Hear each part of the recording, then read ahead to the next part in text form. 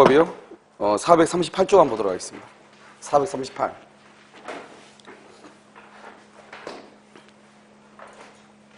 438이요. 자, 보셨어요? 계약 총론이라고 나와 있죠? 계약 총론이요. 자, 그러면 약관법이라고 나와 있죠. 약관이요. 그러면 약관의 의 이렇게 나와 있죠? 했어요? 그럼 어디까지 했죠? 이것만 했어요? 그러면 계약의 의의요. 450쪽이요. 450페이지. 여러분, 그거 보면, 어디를 보시냐면, 거기, 기본서 그 443쪽이 있잖아요. 채권법의 구성부터, 거기 450페이지까지요. 이것은, 우리가 보는 그 채권법의 시험법이라고 하는 것은 실제로 일부만 공부하는 거거든요. 아주 일부만요. 그래서 일부만 공부하기 때문에요. 여기에 대해서 여러분들이 혹시 이제 다른 강의를 듣다 보면 채권법의 다른 부분이 나올 수 있기 때문에 전체적인 부분을 요약을 해 놓은 거예요. 그래서 거기 한번 보시면 되고, 그건 시험 범위가 아니에요. 방금 내가 얘기한 데는. 시험 범위가 아닌데 443에서 450페이지까지요. 지금 보면 450조 계약의 의의와 종리라고 나와 있나요? 나와 있어요? 자, 지금부터 여기서부터 보도록 그렇게 하겠습니다. 우리가 이제 보면 채권법은 뭐냐면 이렇게 유상계약하고 유상하요. 그 다음에 뭐냐면 쌍무계약 이렇게 있고요. 그 다음에 여기 무상계약하고요. 그 다음에 편무계약 이렇게 있어요. 그래서 여기서 쌍무라고 하는 것은 쌍방이 의무를 부담한다 이 말이고요. 편무라고 하는 것은 한 사람만 의무를 부담한다 이 말이죠. 여기서 보면 우리가 매매계약을 하잖아요. 매매계약하면 매도인은 매수인한테 등기를 해줄 의무가 있죠. 매수인은 매도인한테 뭐래요? 잔금을 지급할 뭐가 있어? 의무가 있죠. 그래서 쌍방이 의무를 부담한다 이 말이고요. 유상이라고 하는 것은 뭐냐? 유상은요 give and take예요. 주고받는 것. 이 주고받는 것이 대가 관계가 있어야 돼요. 우리 보면 등기를 해주는 대가로 뭘 받죠? 잔금을 받죠. 잔금을 주는 대가로 뭘 받아요? 등기를 받는 거죠. 그런데 만약에 누군가요? 갑이라고 하는 사람이 여기서 커피를 한 잔 준단 말이죠. 그럼 나도 뭘 줘야 될 것 같아요? 그래서 내가 귤을 하나 줬다 이 말이죠. 그러면 커피 값으로 귤을 준 게 아니잖아요. 무슨 말인지 알겠죠? 그러니까 커피하고 귤은 대가 관계가 없는 거예요. 그래서 그것을 뭐란다? 그것은 무상이라고 얘기하는 거예요. 주고받아도 대가 관계가 없으면 무상이에요. 알겠죠? 그래서 우리 이제 유상계약은 쌍무계약이고요. 쌍무계약은 유상계약이고요. 무상계약은 편무계약이고 편무계약은 무상계약인 것이에요. 그러니까 여기서 유상하고 무상하고 있으면 유상은 쌍무고 쌍무는 유상이고요. 편무는 무상이고 무상은 편무예요. 그래서 이 무상계약은 뭐냐면 사용대차라고 하는 것이 있어. 사용대차. 그 다음에 여기 증여라고 하는 것이 있어. 그러면 사용대차는 무상편무, 증여도 무상편무 이렇게 얘기하는 거죠. 그 다음에 여기서 또 뭐가 있냐면 우리 이제 계약에서 낙성계약이라고 하는 것이 있고 여기 분료식 계약이라는 것이 있어. 우리는요 원칙적으로 낙성분료식이에요. 그래서 증여계약은 뭐라 하냐? 무상편무, 낙성분료식 이렇게 얘기하죠. 사용대차는요 무상편무, 낙성분료식 이렇게. 낙성이라는 것은 낭만하면 계약이 성립한다 이 말이고 분료식은 일정한 방식을 유하지 않는다 이런 말이죠. 그 다음에 이것과 비교가 된 게 뭐가 있냐? 요물계약이라고 하는 것이 있어요. 요물계약이요. 그래서 여기서 요물이라고 하는 것은 뭐냐? 요물계약은 네 가지가 있죠. 하나는 현, 대, 계, 보 이렇게 하고 현대, 계보요. 이 현대계가 뭐냐? 현상광고예요. 유일하게 있잖아요. 우리 민법에서 계약법을 보면 이제 작년까지는 14개가 있었는데요. 작년에 하나가 더 들어왔어요. 여행계약이라고 해가지고. 그래서 우리가 이제 유명계약이라고 하는 것이 있고 유명이라고 하는 것은 뭐냐면 이름이 있는 계약이다 이 말이죠. 이름이 있는 계약이 우리 민법에는 15개가 들어가 있어요. 그럼 이름이 없는 계약을 뭐란다? 무명계약이다 이렇게 얘기해요. 여러분 내가 지금 강의하고 있죠. 이걸 강의계약, 여러분들은 수강계약이죠. 이렇게 강의나 수강 이것을 우리는 뭐냐? 이것을 이름이 없거든요. 무명이라고 얘기하는 것이고요. 그 다음에 이것을 이름 있는 것을 유명이라고 얘기를 하는 것이에요. 그래서 유명계약이 있고 무명계약 이렇게 두 가지로 나누어져 있는 것이죠. 알겠죠? 그런데 이제 15개 계약 중에서 현상광고라고 하는 것만 유일하게 요물이에요. 알겠죠? 현상광고만. 나머지는 다 낙성이에요. 그리고 분료식이에요. 그 다음에 여기서 또 보면 뭐냐면 분료식하고 반대가 요식이죠. 이 요식 얘기를 뭐라 한다? 특별 성립 요건이다. 특별 성립 요건. 이 요식 행위는 뭐가 있다? 먼저 가족법 있죠? 가족법에 관한 것이 대부분이 다 요식이에요. 그래서 혼인신고, 이혼신고, 입양신고, 파양신고, 출생신고, 사망신고 이런 것도 있죠. 다 유언 이런 것들 다 뭐냐? 다 가족법에 관한 거 요식이에요. 그 다음에 어음 있죠. 어음은 일정한 방식이 있어야 되고요. 법인은 설립 등기하고 그다음에 정관을 작성해야 되거든요. 그다음에 질권 있죠. 질권을 설정을 할 때 요물성이라고 해가지고 질권은 뭐를 해야 되죠? 질권은 반드시 전당포에다가 뭘 맡기면서 돈을 빌려야 되잖아요. 전당포에다가 뭘 맡기면서. 그래서 그것을 요물성이라고 얘기하는 거예요. 어떤 물건을 뭘 한다? 요구한다. 이런 말이죠. 이런 것을 뭘 한다? 요식이라고 얘기하는 거예요. 이러한 요식 행위를 뭐하냐? 특별 성립 요건이다. 이렇게 얘기를 해요. 그래서 우리가 보면 우리는 낙성 계약이고 뭐다? 그것을 불요식 계약이다. 이런 말이에요. 알겠죠? 그래서 보면 사용대차는 뭐죠? 공짜로 물건을 쓰고 그대로 돌려주는 거. 이러면 학원에 오셔가지고 학원에 있는 교재를 이렇게요. 책을 안 가져와서 교재를 빌린다거나 또는 이제 옆 사람한테 볼펜을 빌린다거나 그러면 쓰고 그대로 다시 주죠. 그걸 사용대차라고 하는 거예요. 동종, 동량, 동질의 것으로 다시 주는 것. 알겠죠? 그 다음에 유상에는 뭐가 있냐면 매매라고 하는 것이 있고요. 그 다음에 교환이라고 하는 것이 있고 물론 이제 환매는 우리 민법상에 이제 민법에 환매 계약이다 이런 것은 나와 있잖아요. 알겠죠? 그러니까 이제 환매가 있고 여기 임대차가 이렇게 있어요. 이게 여기까지가 우리 시험범위죠. 그다음 여기 시험범위고 여기 밑에 뭐가냐? 도급이 있고 뭐 고용계약이 있고 조합이 있고 여행계약 방금 얘기하는 이런 것들이 쭉 있단 말이죠. 원칙은 무상이에요. 원칙은 무상인 게 있어. 그게 바로 뭐냐? 소비대차라고 하는 거예요. 소비대차. 그다음에 뭐가냐? 위임이 있고 그다음에 임치가 있고 그다음에 뭐가 있다? 종신정기금이라고 하는 것이 있어. 종신정기금은 죽을 때까지 정기적으로 돈을 준다 이 말이죠. 이것을 우리는 뭐란다? 예외, 합의로 이렇게요. 그러니까 아무 말 없이 소비대차 그러면 무상편무예요. 알겠죠? 위임도 원칙적으로 무상이거든요. 그래서 위임계약 그럼 무상편무예요. 그런데 만약에 유상일 수 있거든요. 유상. 그걸 이자부 소비대차, 이자부 소비대차 그러면 뭐가 된다? 유상 쌍무가 되는 것이에요. 알겠죠? 유상 쌍무. 그 다음에 쌍무 계약에만 있는 것이 있어. 그게 바로 뭔가 동시이행 항변권이라고 하는 것하고 그 다음에 뭐가 있냐면 위험 부담이라고 하는 것이 있어요. 위험 부담이요. 이 두 가지는 쌍무 계약에만 있다 이 말이죠. 그래서 쌍무 계약에 있는 게 동시항변권, 위험 부담 이 두 가지는 쌍무 계약에만 있다 이렇게. 그럼 이제 여기서 이제 보면 우리는 무상 편무고 유상 쌍무가 되는 것이죠. 알겠죠? 그럼 뭐냐? 매매계약은 유상, 쌍무, 낙성 분료식이에요. 그 다음에 임대차도 유상, 쌍무, 낙성 분료식 이렇게. 그럼 이제 시험에 나오는 것을 지금부터 보면 어떻게 나오냐?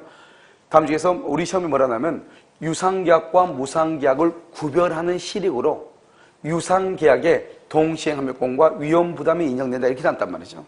알겠죠? 그런데 여기서 보면 뭐가 있냐면 유상이면서 편무인 것이 딱 하나가 있어요. 그게 바로 현상광고예요. 이 현상광고는 우리 15개 민법의 계약 중에서 그걸 전형적인 계약, 유명계약이라 하는데 그 계약 중에서 유일하게 유상이면서 편무예요. 유일하게. 그 다음에 이것은 또 뭐냐? 낙성계약이 아니고 이놈은 또 요물계약이에요. 요물계약 현상광고가 유일하게. 됐죠? 그러면 여기서 뭐냐면 우리는 원칙적으로 현상광고가 없으면 무상은 쌍편무고 편무는 무상이고 유상은 쌍무고 쌍무는 유상계약이에요. 그런데 유상계약이 언제나 쌍무계약인 것은 아니고요. 편무계약이 언제나 무상계약인 것은 아니다. 언제나. 왜요? 편무이면서 유상이 있으니까. 알겠죠? 그런데요, 여기요. 무상계약이 언제나 무슨 계약이다? 편무계약이고요. 쌍무계약이 언제나 무슨 계약이다? 유상계약이다. 이런 말이죠. 그러니까 쌍무는 언제나 유상인데 유상이 언제나 쌍무인 것은 아니다. 알죠? 누구 때문에요? 유상이면서 편무인 게 하나 있죠. 뭐? 현상광고. 이름 때문에요. 그래서 시험에 지금 여기 나와 있는 이 표 있잖아요. 이거 보면 여러분들이 실전 민법 문제 보면 8문제가 정도 나와 있을 거예요. 12회부터 27회까지요. 알겠죠? 그러니까 여러분요. 한 16년 동안에 8문제니까 2년에 한 번씩 꼭 나온다는 것이죠. 그렇잖아요. 그러니까 이게 나오면 뭐냐면 유상은 쌍무고 쌍무는 유상이에요. 현상광고 없으면 무상은 편무고 편무는 무상이에요. 현상광고 없으면. 그런데 현상광고 때문에 유상이 언제나 쌍무인 것은 아니고 쌍무가 언제나 유상인 것은 아니다. 이런 말이죠. 알죠? 그런데 무상계약은 언제나 뭐다? 편무고 쌍무계약은 언제나 뭐다? 유상계약이다. 이런 말이죠. 그런데 현상광고만 빼면 어떻게 하냐? 유상은 쌍무고 쌍무는 유상이고 무상은 편무고 편무는 무상이에요. 무슨 말인지 알겠죠? 그래서 시험에 뭐라 나냐? 방금 제가 얘기했죠? 유상과 무상을 구별하는 식으로 유상계약에만 동시항변권하고 위험 부담이 있다. 그럼 맞아 틀려? 틀리죠. 그거 왜 틀리는 거예요? 여기 보면 유상이 언제나 쌍무인 것은 아니죠. 알겠죠? 편무인 것도 있잖아요. 그러니까 뭐냐냐, 쌍무계약과 편무계약을 구별하는 시력으로 쌍무계약에 한해서 동시함유권과 위험부담이 있다, 이렇게 하지 맞는 것이죠. 자, 그 다음에 우리 또 시험에 뭐라 나오냐면 동시행 항변권이 인정되는 경우가 아닌 것은, 이렇게 시험에 나왔죠. 그것은 뭐죠? 여기 1번, 2번. 여기 유상은 쌍무다겠죠? 편무계약 현상을 못 빼면. 그러니까 유상 쌍무일 때 동시함유권 인정되죠? 여기 봐봐요. 매매 1번 매매, 2번 교환, 3번 임대차, 4번 도급, 이렇게 나왔단 말이죠. 그 다음에 5번이 뭐냐? 5번이 무이자 소비대차. 무이자 소비대차는 뭐가죠? 무상 편무가 되죠. 무상 편무니까 동시행함유권이라는 말이 나와 안 나와? 안 나오죠. 이렇게 나온단 말이에요, 문제가. 그 다음에요, 이 유상계약에 뭐가 있냐? 유상계약에 담보책임이라고 하는 것이 있고요. 담보책임, 그 다음에 계약의 해제권이라고 하는 것이 있어요. 담보책임하고 해제권이 있어. 이 담보책임과 해제권은 유상이 있죠. 그래서 봐봐. 여기 매매계약이 있잖아, 매매계약을 지금부터 봐. 매매는 뭐다? 유상, 쌍무죠. 그러니까 매매계약에는 담보책임이 있고 해제권이 있고 동시행함유권이 있고 위험부담이 있다, 이런 말이죠. 됐죠? 그러면 이 매매에 관한 규정은 다른 계약에도 그대로 다 연결이 준용된단 말이죠. 그러니까 교환계약에도 뭐가냐? 교환계약도 유상 쌍무니까 담보책임, 해제권, 그 다음에 동시함유권, 위험부담이 교환계약에도 있는 거예요. 환매도 있고 임대차도 있고. 그래서 여러분 시험, 우리 시험에 뭐가 나왔죠? 이게 나왔죠? 매매 보면 뭐가 있죠? 매매 보면 매매대금 있죠. 매매대금이라고 하는 것이 있고, 그 다음에 여기 계약금이 있죠. 계약금. 그 다음에 그 다음에 예약 있죠. 예약. 매매 예약. 알겠죠? 교환계약은 뭐가 있죠? 보충금이라고 하는 것이 있죠. 보충금 이렇게 있는데요. 우리 시험에 지금 나온 걸 설명을 해. 매매에서 계약금에 관한 규정은 임대차에도 준용된다. 왜요? 우리가 유상계약에는 다 이런 것들이 다 있는 거예요. 유상계약에는 다. 여러분요, 예약이라는 것은 매매만 예약을 하는 게 아니죠. 여러분 혹시 그 임대차 할 때 있잖아요. 월세 들어갈 때 그 집이 너무 좋아. 그러면 둘이 계약을 하면서 내가 내일 모레 남편이 오면은 외국 출장 갔다 들어오는데 그때 그러면 임대차 계약을 하기로 할까요? 이렇게 예약할 수 있어 없어? 있잖아요. 그러니까 임대차도 예약을 할 수 있는 거예요. 임대차에도 계약금이 있어요. 여러분요, 월세 보증금 만약에 5천만 원인데 그럼 우리가 뭐라 하죠? 그죠? 계약하면서 500 보증금 뭐죠? 계약금을 거라고 해, 안 거라고 그래? 거라하죠. 그래서 500 계약금을 걸죠. 그런데 이 사람이 계약을 파기하고 싶어. 그럼 500 포기해야지. 그러니까 임대차에도 뭐가 있어요? 계약금에 관한 것이 있다, 이 말이죠. 그러니까 여기 보면 매매대금 이런 것들 다 다른 데도 다 준용이 된다, 이 말이죠. 환매는 뭐가 있어? 환매대금이 있고, 임대차는 뭐가 있어? 차임이 있고, 다 매매대금과 같은 의미예요. 그래서 뭐라 한다? 교환에서 보면 보충금이 있죠, 보충금? 이 보충금에 관한 규정은 매매에서 매매대금에 관한 규정을 준용한다. 알겠죠? 매매에서 계약금에 관한 규정은 임대차에도 뭐가 된다? 준용된다. 매매에서 예약에 관한 규정은 임대차에도 뭐가 된다? 준용한다. 다 똑같은 말이에요. 그 다음에 우리는 원래 이 매매에다가 모든 것을 규정하죠. 이거 다 유상계약이죠. 그러니까 매매에 관한 규정은 다른 유상계약에도 준용을 하는 거예요. 그러니까 매매계약에는 뭐가 있냐? 매매대금이 있죠, 계약금이 있죠, 예약이 있죠, 담보책임이 있죠, 해제권이 있죠, 동시함유권이 있죠, 위험부담 이런 것들이 있단 말이죠. 매매에는 이런 것들이 다른 유상계약에도 다 준용한다, 이 말이죠. 그래서 나중에 여러분이 교환계약에 가서 보면 무슨 말이 나오냐? 교환계약에 관한 보충금은 매매대금에 관한 규정을 준용한다, 이렇게 나오는 것이에요. 알겠죠? 그러니까 이 표를 보고 우리가 이제 이것저것을 얘기할 수 있어야 되겠죠. 무슨 말인지 알겠죠? 그래서 지금부터 이제 낙선계약이고 분료식이고 이렇게요. 그래서 이런 보면 강의 노트를 한번 보면 강의 노트 여기에 여러분 어디에 나와 있냐면 강의 노트 보면 여러분요 186쪽에 나와 있어. 그래서 여러분요 기본서 450페이지 기본서 450페이지다가 뭐라 쓰냐? 강의 노트요 186이라고 쓰면 돼요. 186 강의 노트 186 이렇게요. 그 다음에요 기본서 450페이지에다가 문제집은요 173 이렇게 쓰면 돼. 173 알겠죠? 강의 노트는 얼마? 강의 노트는 어디라고? 186 그 다음에 문제집은 몇 쪽? 173쪽 이렇게. 무슨 말인지 아시겠죠? 이렇게 되어 있다 이런 말이죠. 자, 그 다음에 이제 계약의 성립을 위해서 453페이지 나와 있죠? 한번 보셔요. 남의 것들 여러분요 뭐 신경 쓸 필요 없어요. 그래서 이 표는 여러분들이 잘 봐야 되고, 우리가 문제도 한번 풀었잖아요. 문제 유형 173 문제집이요 173쪽을 한번 봐봐요. 실전민법 문제 173쪽 보면 이렇게 나온단 말이죠. 계약의 유형에 관한 설명 중 틀린 것은 이렇게요. 그럼 뭐라 나오죠? 거기 보면 예약은 뭐다? 채권 계약이다. 쌍무 계약은 무슨 계약이다? 유상 계약이다. 교환은 뭐다? 교환. 유상, 쌍무, 낙성, 분료식. 요물 계약은 이거 하나밖에 없다 그랬잖아요. 현상 광고. 전형적인 계약은. 매매 계약은 유상, 쌍무, 낙성, 분료식. 임대차는 유상, 쌍무, 낙성, 분료식 이렇게. 그 다음에 여러분요, 교환계약 24번에요. 교환계약은 유상, 쌍무, 낙성, 분료식. 매매는 유상, 쌍무, 낙성, 분료식. 그러니까 2번 틀렸죠? 3번은요, 증여이죠. 무상, 편무, 낙성, 분료식. 사용대차, 무상, 편무, 낙성, 분료식. 임대차, 유상, 쌍무, 낙성, 분료식 이렇게. 그러니까 현상 광고를 빼면, 현상 광고 빼면 유상은 쌍무고 쌍무는 유상이고 무상은 편무고 편무는 무상이잖아요. 근데 무상계약에 뭐가 있어? 무상계약에 증여하고 사용대차. 그러니까 증여하고 사용대차를 뭐란다? 무상, 편무, 낙성, 분료식이라고 하는 거죠. 그 다음에 매매하고 교환하고 환매하고 임대차. 우리 시험범위죠? 이것은 네 가지는 뭐다? 유상, 쌍무, 낙성, 분료식이죠. 이것만 하면 여기 나와 있는 문제를 시험범위인데 문제를요 다 볼 수 있는 거잖아요. 알겠죠? 그렇게 해서 보면 되는 것이에요. 알겠죠? 됐죠? 자, 이제요. 이제 여기서 이제 매매에 관한 것을 우리가 전체적으로 이제 한번 보는 거죠. 전체가 이렇다 이 말이죠. 알겠죠? 자, 그다음에 이제 먼저 여러분요. 격지자하고요. 격지자간하고 대화자간이 있어요. 그럼 격지자는 뭐죠? 격지자는 청약이라고 하는 것하고 승낙이 있고요. 대화자도 뭐가 있다? 청약이라고 하는 것하고 뭐가 있다? 승낙 이렇게 두 가지가 있죠. 그런데 여기서 보면 격지자의 청약은 도달주의고요. 대화자의 청약도 도달주의, 승낙은 도달주의가 돼요. 그런데 여기요. 격지자의 승낙은 무슨 주의다? 발신주의죠. 그래서 우리나라는 원칙적으로 도달주의예요. 그런데 예외적으로 발신주의인데 발신주의는 어디가 발신주의다? 격지자 간에 있어서 청약에 대한 승낙이 무슨 주의다? 발신주의다 이렇게. 알겠죠? 격지자 간의 청약에 대한 승낙이 발신주의다 이렇게. 됐죠? 그래서 이제 발신주의 이렇게 얘기하는데요. 이게 이제 격지자와 대화자 이렇게 얘기를 하는 것이죠. 자, 그다음에 두 번째로 보면요. 이렇게 이제 갑이 이렇게 있죠? 갑이 있고 여기 을이 있죠? 갑이라는 사람이 청약을 하죠. 청약은요, 2월 1일 발송을 하죠. 발송을 할 때 청약이다 아니다. 2월 1일 발송했죠? 그래서 1억 원에 사라고 얘기했단 말이죠. 청약이다 아니다? 청약이 아니죠. 왜냐하면 청약이 되려면 뭘 해야 돼? 도달을 해야 되겠죠. 그래서 여기서 2월 5일 을에게 도달했다. 도달. 그러면 이것을 우리는 뭐란다? 청약이라고 하고요. 우리 법전이 뭐라 하느냐? 청약은 철회하지 못한다. 그러면 철회하지 못한다는 말은 도달한 것을 청약이라고 하니까 청약이 도달하면 철회할 수 없다. 이런 말이죠. 그럼 어떻게 돼요? 도달하기 전에는 뭐 할 수 있다? 철회할 수 있다.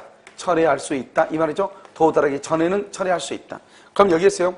도달했죠? 도달한 날부터 2월 15일까지 승낙을 해라. 이렇게 할 수 있잖아요. 그러면 2월 15일까지 승낙을 해라. 그러면 이것을 528조에서는 승낙 기간을 정했다. 이런 말이죠. 이렇게 기간을 정하면 2월 15일까지는 처리를 못해요. 2월 15일까지는. 알겠죠? 처리하지 못한다. 이 말이죠. 그러면요, 우리 시험에 뭐가 한번 나오면 이런 말이 났단 말이죠. 청약을 할 때는 승낙 기간을 반드시 정해야 된다. OX? X죠. 왜냐하면 528조는 승낙 기간을 정한 경우, 529조는 승낙 기간을 정하지 않는 경우예요. 청약이. 그러니까 청약을 할 때 승낙 기간을 정한 경우가 있고 승낙 기간을 정하지 않은 경우 두 가지가 있다 이런 말이죠. 아시겠죠? 그러니까 승낙 기간을 정하면 그 기간 안에 해야 되고요. 승낙해야 되고 승낙 기간을 정하지 않는 경우는 상당한 기간 안에 해야 된다 이런 말이죠. 알겠죠? 그러면요. 이 을을 뭐란다? 이 을을 상대방이라고 이렇게 얘기하죠. 그럼 봐봐. 여기 있어요. 갑이요. 2월 1일 날 청약을 발송을 했죠. 발송하고 2월 5일 날 을한테 도달했죠. 발송하고 도달하기 전에 이 갑이라는 사람이 여기 있어요. 2월 3일 날 이 사람이 사망을 했다 해봐. 사망했다. 그런데 여러분요. 청약은 뭐가 청약이라고 그랬죠? 청약은 도달해야 청약이라고 그랬죠. 그런데 지금요. 도달해야 청약인데요. 지금 2월 3일은 어때요? 청약이 도달했다 안 했다? 안 했죠. 그래서 이건 아무것도 아닌 거예요. 도달하기 전까지는 아무것도 아니에요. 그런데 이 사람이 사망하고 난 다음에 도달했다? 그럼 도달하면 뭐가 된다? 도달하면 그때서야 그것을 청약이라고 얘기하는 거예요. 그러니까 봐봐요. 발송하고 나서 도달하기 전에 사망했다 할지라도 아무런 문제가 없는 것이죠. 발송 후 도달 전 갑이 사망했거나 행위 능력이 없어진다. 즉 제한 능력자가 됐다 할지라도 아무런 문제가 없는 것이죠. 왜요? 도달하기 전에는 청약이 아니고 아무리 죽었어도 사망했어도 도달하고 나면 누가 책임을 지면 돼요? 법정 대리인 또는 상속인이 책임을 지면 되는 거잖아요. 그러니까 편지를 발송하고 나서 도달하기 전에 표의자가 사망했다 할지라도 의사표시의 효력에는 아무런 영향이 없다. 아무런 영향이 없다고 하는 것은 무효이다 이 말이 아니고 편지가 뭐를 하면 도달하면 효력을 뭐란다? 발생한다 이런 말이에요. 알겠죠? 이것을 뭐란다? 청약이라고 얘기를 하는 것이죠. 청약. 됐죠? 이걸 청약이라고 하고 이 을을 뭐란다? 을을 상대방이다 이렇게 얘기하고요. 그러면 이 상대방이라는 것은 승낙을 하죠. 승낙을 뭐란다? 발송하죠. 언제 발송하냐? 2월 6일 날 발송하죠. 그럼 발송할 때 계약이 뭐란다? 계약이 성립하죠. 계약이 성립 531조요. 그럼 여기를 봐. 여기는 승낙을 하면은 계약이 성립하죠. 그래서 그것을 낙성계약이라고 얘기하는 거예요. 낙성계약과 반대가 뭐라고 그랬죠? 요물이라고 했죠. 요물계약은 승낙만 하면 안 돼. 뭐까지 있어야 돼요? 돈을 교부해야 돼요. 돈을 줘야 되죠. 승낙 플러스 돈을 줘야 돼. 그러니까 계약금 계약은 계약금 계약을 하기로 합의만 하면 안 되죠. 뭐까지 줘야 돼? 돈을 줘야 되죠. 그것을 얘기한단 말이죠. 이것을 우리는 뭐란다? 낙성이라고 얘기하는 거예요. 그러면 발송할 때 계약이 성립해. 문제를 뭐냐면 발송한 것이 여기요 2월 9일 이 기간 안에 뭐까지 해야 돼? 도달해야 돼. 528조 529조에 의해서. 알겠죠? 그러니까 결국 뭐냐면 웃기죠. 발송할 때 계약이 성립한다 해놓고 이 승낙 발송한 것이 이 기간 안에 도달하지 않으면 청약은 효력을 잃는다고 돼 있어. 청약은 효력을 잃는다. 청약은 없어진다 이 말이죠. 그러니까 우리는 어떻게 해야 되냐면 2월 15일이 지나잖아요. 그러면 청약은 소멸해. 청약은 자동적으로 없어져. 승낙이라는 건 뭐냐? 청약이 있을 때 하는 것을 승낙이라고 한단 말이죠. 청약이 있을 때. 그런데 2월 15일이 되면 청약은 자동적으로 소멸해. 그러니까 2월 15일이 지나가지고 승낙을 하면 된다 안 된다? 안 되잖아요. 그래서 여기서 뭐냐면 만약에 이 승낙이 발송한 것이 만약에 예를 들어서 2월 16일 날 도달했다. 그러면 어떻게 돼? 이것을 우리 뭐란다? 연착됐다. 연착 이렇게요. 그럼 연착이 됐다 이 말은 청약이 있을 때 승낙을 했어요. 청약이 없어지고 난 다음에 승낙을 했어. 청약이 없어지고 난 다음에 승낙을 했죠. 그러니까 이것은 승낙으로 보지 않는 것이에요. 그러니까 우리 법조문이 약간 구조가 이중적으로 되어 있죠. 어떻게 되어 있냐? 발송하면 계약이 성립한다 해놓고 발송한 것이 기간 안에 도달까지 했을 때 발송할 때 성립한다 이런 뜻이에요. 그런데 발송은 2월 기간 안에 발송을 했는데 도달은 기간 후에 도달하죠. 그러면 처음부터 계약이 성립한다 안 한다? 안 한다는 거예요. 그러니까 이 법조문을 528조, 529조하고 531조를 조화적으로 해석을 하려면 어떻게 해야 되냐? 그러니까 항상 이렇게 생각하면 돼. 승낙은 기간 안에 발송되고 도달하면 언제부터 계약이 성립한다? 발송할 때부터 계약이 성립한다. 이렇게 이해를 해야 돼. 그러니까 기간 안에 발송되고 기간 안에 도달해야 돼. 그러면 발송할 때 계약이 성립한다. 만약에 기간 안에 발송했는데 기간이 지나고 도달하면은 그것은 승낙이다 아니다? 아니다. 그걸 물어본다? 그것을 연착이 됐다고 하고 연착된 것을 물어본다? 새로운 청약이다. 이렇게. 그래서 원래는 맨 처음에는 누가 청약했죠? 갑이 청약을 했잖아요. 그런데 이번에는 누가 청약한 것을 본다? 을이 청약한 것을 본다. 그것을 연착이 됐다고 얘기하는 거예요. 알겠죠? 그래서 여기서 이제 우리가 지금부터 보면 승낙이라고 하는 것은 뭐냐? 이 말이죠. 승낙이라는 것은 첫 번째 갑의 청약을 받고 갑의 청약을 받고 해야 돼. 갑의 청약을 받고 1번. 자, 두 번째요. 두 번째는 승낙기간 내 뭐가 된다? 발송하고 뭘 한다? 도달해야 돼. 자, 세 번째는요. 청약의 내용과 뭐를 해야 돼? 청약의 내용과 동일해야 돼. 청약의 내용과 동일. 네 번째는요. 우리는 승낙할 의무라고 하는 것이 우리는 있어요? 없어요? 없죠? 그래서 우리는 승낙의 의사를 표시해야 되는가? 다섯 번째는요. 승낙할 의무가 있는가? 이 말이죠. 승낙할 의무. 자, 여기서 이제 우리가 간단해서 먼저 제거하면 우리는 승낙할 의무는 없어요. 그래서 그럼요. 뭐가 나오냐면 만약에 갑일한테 물건을 보내면서 이 물건 마음에 들지 않으면 반송해라. 만약에 당신이 반송을 하지 않으면 당신이 이 물건을 사는 것으로 보겠다. 이렇게 편지가 왔단 말이죠. 그런데 내가 그 물건을 방치하고 반송을 안 했다 이 말이죠. 그러면 계약이 성립한다, 안 한다? 안 한다 이 말이죠. 알겠죠? 왜냐하면 우리는 채권이라는 것은 임의규정이죠.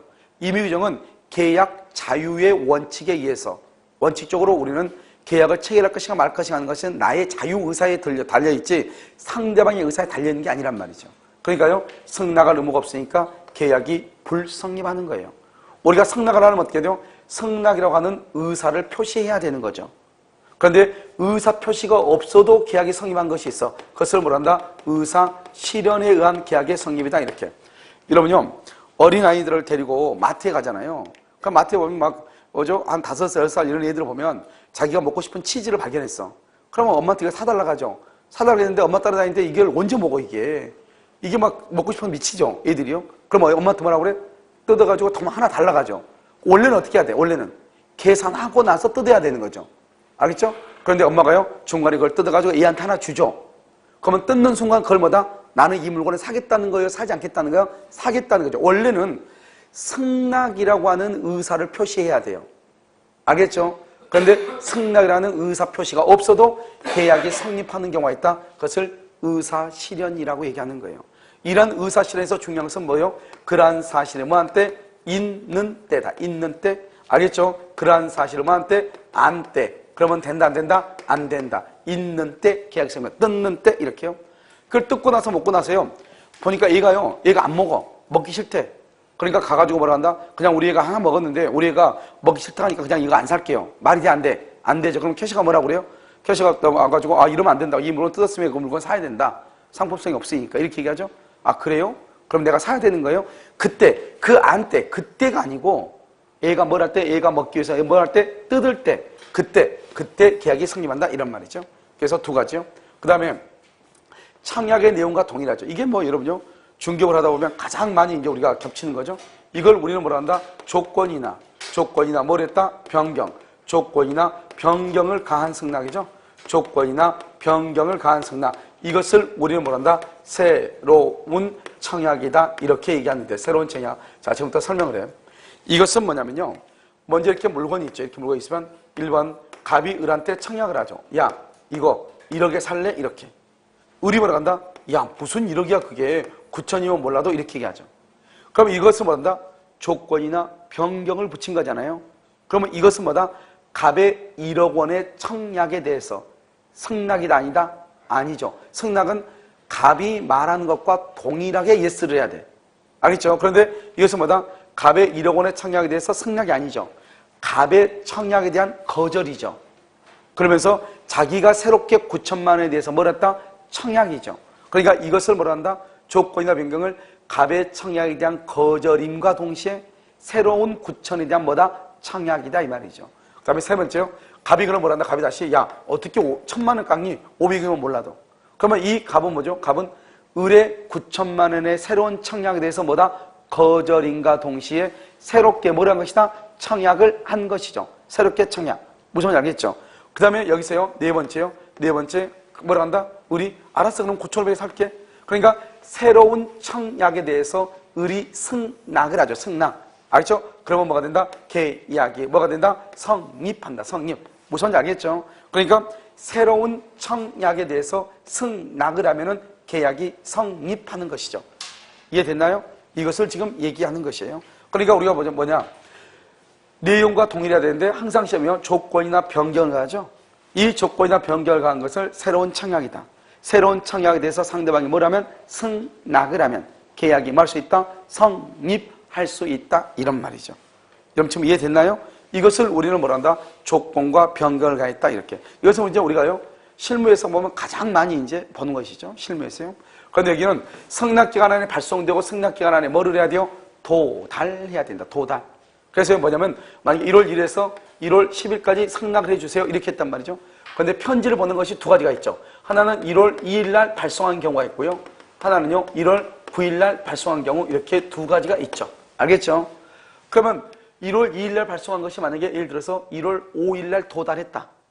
1월 2일 날 발송한 것이 이것이 1월 5일 날 도달한 경우가 있고 1월 11일 날 도달한 경우 두 가지가 있을 거 아니에요? 1월 9일 날 발송했는데 1월 11일 날 도달한 경우 이렇게요. 그럼 여기 봐봐. 1월 9일 날 발송했는데 당연히 1월 11일 날 도달하죠. 그렇지 않나요? 그렇죠? 이것을 우리 뭐란다? 연착됐다 그래요. 연착. 이걸 연착된 승낙이다 이렇게 얘기하는 거예요. 알겠죠? 그 연착된 승낙은 여기서 승낙이다 아니다. 승낙이다 아니다? 아니죠. 이것을 우리는 뭐로 본다? 새로운 뭐로 본다? 청약이다. 새로운 청약이다 이렇게 얘기해요. 연착된 것은. 그런데 여기가 문제죠. 1월 2일 날 발송했잖아요. 그럼 우리나라 전국 어디라도 1월 10일 안에는 도달할 수 있어요? 없어요? 전국 어디에나 도달하죠. 전국 어디에나. 그런데요. 그래서 1월 5일 날 도달했대 말이죠. 1월 5일 날 도달하면 계약을 언제 성립해요? 1월. 항상 발송할 때라니까. 항상 계약은 1월 2일 날 성립하죠. 그런데요. 1월 11일 날 도달했잖아요. 1월 11일 날. 이게 문제잖아요. 1월 2일 날 발송했는데 1월 10일 날 도달했어. 이런 일이 있을 수 있다 없다 우리나라에서는? 있을 수 없죠. 왜요? 우리나라는 울릉도 어디라도 알겠죠? 3일 안에는 다 도달해. 그런데 1월 2일 날인데 1월 10일 날 도달했다고 하면 너무 늦게 도달했잖아요. 아무튼 늦게 도달했다 할지라도 아무튼 연착은 연착이죠. 이 연착은 연착인데 문제는 뭐죠? 이 연착하고 다르죠. 여기 연착은 1월 9일 날 발송했으니까 당연히 1월 10일 날 도달하겠죠. 그런데 이것은요 1월 2일인데 1월 11일이죠. 다르잖아요 이게. 그래서 이때 연착은 뭐냐? 항상 이렇게 나와. 우체국 사정이다. 우체국 사정에 의해서 그 다음에 충분히 기간 내 도달할 수 있도록 발송했는데 뭐가 됐다? 연착이 됐다. 충분히 기간 안에 도달할 수 있도록 했는데 연착됐다. 이런 말이 꼭 나와. 알겠죠? 여기 연착하고 다르잖아요 이게. 이 말이 여기는 꼭 나온단 말이죠. 이런 말이 나올 때는 어떻게 해야 된다? 갑은 을에게 뭘 한다? 연착의 통지를 해야 돼. 이때 연착의 통지. 무조건 하는 것이 아니고 이 연착의 통지를 했냐 안 했냐? 연착의 통지를 했으면 계약이 불성립하는데요. 연착의 통지를 하지 않으면 연착되지 않은 것으로 봐. 그 말은 기간 내에 도달한 것으로 봐. 그것은 언제 계약이 성립한다? 1월 2일 날 계약이 망한다? 성립한 것으로 본다. 이 말이죠. 여기에서 뭐가 나온다? 연착의 통지를 했느냐 안 했느냐 여기가 나오는 거예요. 그러니까 당연히 1월 9일 날 발송했는데 1월 11일 날 편지가 도달했다? 그건 당연히 연착의 통지를 하지 않아도 되는 거예요. 그건 새로운 청약으로 보고 내가 가만히 있으면 계약이 성립하지 않는 거예요. 그런데 기간 안에 충분히 도달할 수 있도록 발송을 했는데 늦게 도달했죠? 그럴 때 우리는 그것을 뭐란다? 연착됐다고 얘기하는 것이고 이것은 연착의 통지를. 왜냐? 을이라고 하는 사람은 1월 2일 날 자기는 편지를 보냈기 때문에 충분히 1월 10일 안에는 도달할 것으로 믿고 중도금, 계약금, 잔금을 마련하기 위해서 뭐를 해요? 아파트도 담보로 잡고 대출받고 자기 땅도 팔고 부족하면 마누라도 담보로 잡고 돈도 빌리고 뭐 이렇게 할 거 아니에요? 그러니까 무슨 짓을 하고 있는데 이 사람은 계약이 성립될 것으로 믿고 갑이요? 편지가 늦게 왔다고 해가지고 무시해버리면 누가 큰 손해를 봐요? 을이 큰 손해를 보잖아요. 그러니까 계약 당사자 간은 상호간에요. 신의성실의 원칙이라고 있어. 신의성실의 원칙은 상대방의 이익을 고려해야 된다 이런 말이에요. 알겠죠? 그러니까 갑이 을의 이익을 고려해야 되기 때문에요. 이러한 경우는 을을 보호하기 위해서 연착의 통지를 해야 되는 것이에요. 무슨 말인지 알겠죠? 그래서 이것을 성납기간 내 발송하고 도달이다 이렇게 얘기하는 거예요. 그 다음에 이제 교차청약이죠. 갑의 청약을 받고 성납을 해야 되는데 받기 전에 하는 경우가 있어요. 이것을 뭐라 한다? 교차청약이다 이렇게 얘기하죠. 사실 이게 이제 사법시험 같은 거 옛날에 지금 뭐 사법시험 없어졌지만 시험에 거의 대부분 사례 문제가 나오면 교차청약 이거 아니면 여기 충분히 기간 안에 도달할 수 있도록 발송했는데 이렇게 이 두 가지가 사례 문제예요. 거의 대부분 교차청약. 교차청약은 뭐냐면 우리가 청약은 무조건 무슨 죄예요? 청약은 무조건 무슨 죄예요? 도달. 청약은 무조건 도달주의죠. 이렇게 갑이 있고 여기 을이 있죠. 갑이 있고 을이요. 갑이 이렇게 청약을 하죠. 청약하면 여기 1번요. 갑이 청약한단 말이죠. 그래서 1월 1일부터 1월 10일까지 이렇게 발송인데 1월 청약을 발송했는데 1월 10일 날 을한테 도달했다 이 말이죠. 내 집을 1억 원에 살래 이렇게요. 그러면 을이 언제 승낙을 해야 되냐? 청약을 받고 1월 11일 날 승낙을 해야죠. 받고 해야 되니까. 그런데 이 을이요. 갑이 집을 판다는 소문을 듣는 거예요. 내가 그 집을 사고 싶어요. 그러니까 이 사람이 언제냐? 1월 6일 날 청약을 발송을 해. 을이 발송을 해. 그래서 갑이라는 사람한테 1월 16일 날 도달해. 누구한테요? 갑한테. 이렇게 도달했다 이 말이죠. 너 집 나한테 1억 원에 팔래? 이렇게. 그러니까 어때요? 지금 중간에서 두 개가 청약이 어떻게 해서 크로스 됐죠. 크로스. 그것을 교차됐다고 얘기하는 거예요. 교차. 무슨 말이죠? 그걸 교차됐다고 얘기를 해. 그래서요, 여기서 여기까지가 이렇게 크로스 됐다 이 말이에요. 크로스 됐다. 이해됐나요, 지금요? 그래서 여러분 여기서 어떻게 하냐? 여기서 청약이 이렇게 됐으면 둘 다 지금 청약만 있는 거지 성락이라는 것이 있어 없어? 없잖아요. 그런데 우리가 청약은 둘 다 무슨 주의죠? 도달주의죠. 그 다음에 1억으로 똑같아야 돼. 이것을 동일한 내용이라고 얘기해요. 동일한 내용의 청약이 둘 다가 도달해야 돼. 둘 다가 도달하면 1월 10일이다, 1월 16일이다. 1월 16일, 1월 16일 날 계약이 성립해. 얼마의 계약이 성립한다? 1억에. 1억 원의 계약이 성립해. 1억 원의 계약이 성립한다. 이런 말이죠. 무슨 말인지 알겠죠? 그래서 1억의 계약이 성립한다. 이런 말이죠. 여러분 좀 됐나요?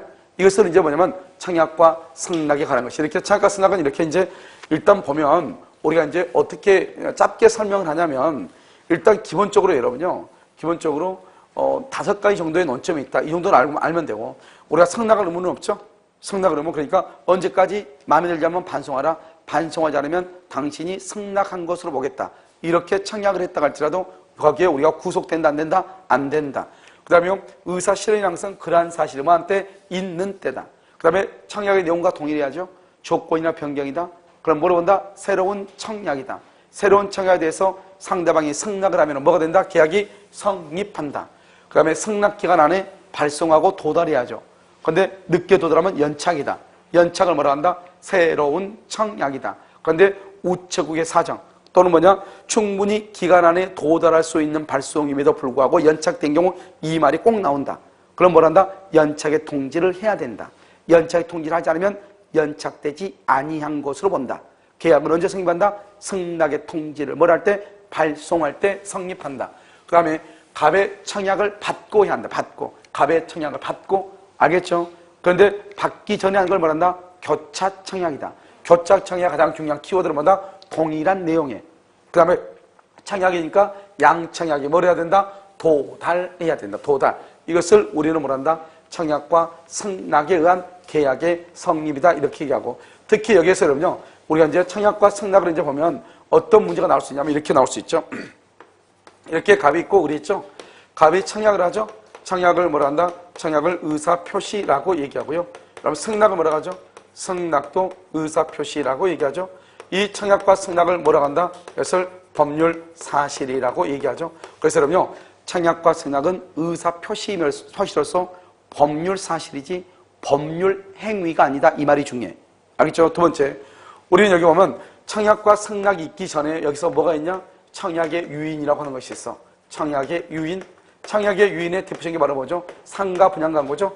상가 분양 광고라고 하는 것이 있고 그 다음에 두 번째는 구인 광고가 있죠. 구인 광고. 그 다음에 세 번째 뭐 열차 시간표 게시 있죠. 열차 시간표 게시. 그 다음에 음식점의 메뉴판. 이런 것들을 다 뭐다? 청약의 유인이라고 하죠. 알겠죠? 그래서 우리 시험에 작년에 나왔죠. 상가 분양 광고. 그래서 첨단 오락타운을 조성하고 전문 경영인에 의해서 경영을 하고 일정률의 수익을 보장한다는 상가 분양 광고. 알겠죠? 이런 상가 분양 광고 같은 경우는 뭐다? 청약의 뭐가 된다? 유인이다. 알겠죠? 청약의 유인.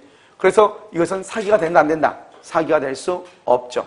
그 다음에 청약이죠? 청약은 뭐다? 첫 번째, 청약은 구체적이고 확정적 의사표시다. 확정적. 그 다음에 청약은 특정인 또는 특정인이나 또는요 불특정 다수인에게도 청약을 할 수 있다. 특정인이나 불특정 다수인에게 청약을 할 수 있다. 이런 말이죠. 무슨 말인지 알겠죠? 그래서 특정이나 불특정 다수인에게 구체적 확정적 의사표시다. 이렇게. 그럼요. 이 말이 무슨 말이죠? 여기서 구체적 확정적이다. 이 말의 뜻이 우리는 갑이한테 너 내 집 살래? 야, 너 내 집 살래? 이렇게. 그럼 청약이 아니다.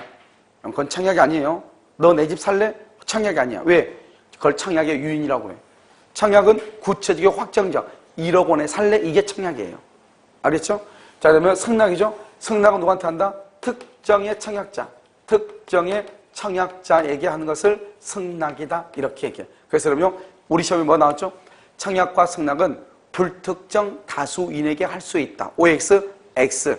알겠죠? 성락은 누구한테만 한다? 특정인에게만 한다. 그래서 불특정 다수인 그러면 안 되죠. 여기서 우리는 청약과 성락이다 이렇게 얘기를 하는 것이에요. 무슨 말인지 알겠죠? 그래서 이것을 보시면 되고요. 여러분 지금 시간 얼마 안 되는데요. 지금 잠깐 쉬었다 하는 게 나을 것 같아요. 왜냐하면 뭐를 봐야 되냐면 원시적 불능하고 후발적 불능 해가지고 계약 체결상의 과실 책임을 봐야 되거든요. 그러니까요. 잠깐 쉬었다가요. 다시 하도록 그렇게 하겠습니다.